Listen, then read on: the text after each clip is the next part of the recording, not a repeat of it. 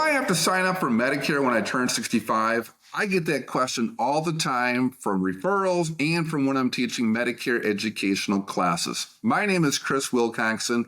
I've been working with retirees for over 20 years with American Republic Insurance Services. And so today we're going to talk about, I'm turning 65. What do I need to do with my Medicare? One thing I would tell you is you're probably the most popular person on your block, right? You're getting lots of mail. Everybody wants your business. Your phone calls are going, your phone's going off the hook, and you got lots of emails, and your friends are telling you what to do. Well, listen, again, I've been doing this for 20 years, so let me make this easy for you. Let's say there's a couple different scenarios how this can go down, so let's talk about it. The first person we're going to talk about is someone who's still working and plans on working past 65. If you're going to work past 65 and you have an HSA, that's a health savings account, you technically do not want to do anything, okay? You don't want to sign up for Part A, Part B, or Part D. Don't do anything, and you won't be penalized, okay? You have credible group coverage at work, right? And you have an HSA program, and the reason why I say this is you can't contribute to your HSA if you're on Part A or Part B, and your employer can't contribute to your HSA either. So if you're on an HSA, this video is pretty short for you, but call us when you're going to retire. Now, for everybody else who's still working past age 65 and they're wondering, what do I need to do? It's a great question because a lot of times you can get penalized for doing or not doing what you're supposed to do.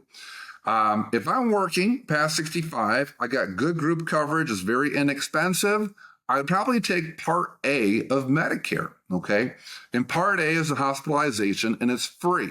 Now, why would I take Part A? Because it gives you a Medicare number. And you know how important that is to have your Medicare number? Because when you do decide to retire down the road, you're already gonna have a Medicare number, and then all you have to do is sign up for Part B as in boy and Part D for drugs and get whatever other type of coverage you wanna get.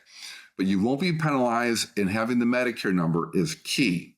Now let's say I'm on group coverage, I'm turning 65, my group plan is very expensive.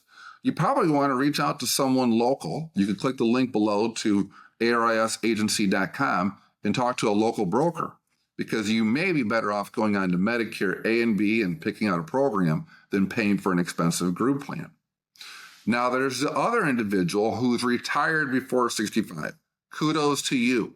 Now, what do you need to do? Well, if you're collecting Social Security before age 65, or if you apply for Social Security right before you turn 65, the government, Medicare, Social Security, they're going to automatically enroll you into Medicare A and B. Yes, you heard that correctly. They're going to automatically enroll you into Medicare A and B. There's nothing for you to do except for check your mailbox. That's how easy it is. But I know you're getting lots of junk mail, so make sure you find the letter from the Center for Medicare and Medicaid Services or Social Security. The card is red, white, and blue at top. It'll have your name and your Medicare number. It's a bunch of letters and numbers all mixed up. That is your legitimate Medicare card. So now you're already signed up for A and B, and the other thing you need to do is talk to someone like our agency to pick out the right drug plan for you. Why? Because if you don't have drug coverage and you don't have VA or TRICARE or credible group coverage, you will be penalized for life for not having a drug plan. So make sure you get that. So pretty easy, right? The other person, they're not on group coverage, they're turning 65, they don't have VA or TRICARE, they need to do something. They're going to sign up for Medicare A and B, but their card's not going to come to them directly in the mail. How's that card going to come? Well, they're going to need to take action. So I always tell all my students in my Medicare classes or my referrals, I need you 3 months before you turn 65. You're going to enroll into Part A, which is hospitalization, and Part B, which is medical. That's the one that costs money. And we're going to do that one of two ways. You're either going to call your local Social Security office, or you're going to go online. If you do things online, you can go to ssa.gov and you can apply for Medicare A and B on the website. I always tell clients, make sure you do that 3 months before your birth month. There's only one exception to that rule, and there's always exceptions when we're talking about the government. If your birthday is on the 1st of the month, you're actually going to get your Medicare a month early. How wild is that? And if your birthday is between the 2nd and the 31st, your Medicare always starts the first day of your birth month, no matter what. So what do we need to do? We're going to apply for Medicare. Once we have our red, white, and blue Medicare card or a Medicare number, then we got to make sure we sign up for a Part D drug plan, because having a good RX card is not going to cut it. And that way we're not going to get penalized by the government, because that penalty sticks with you for life.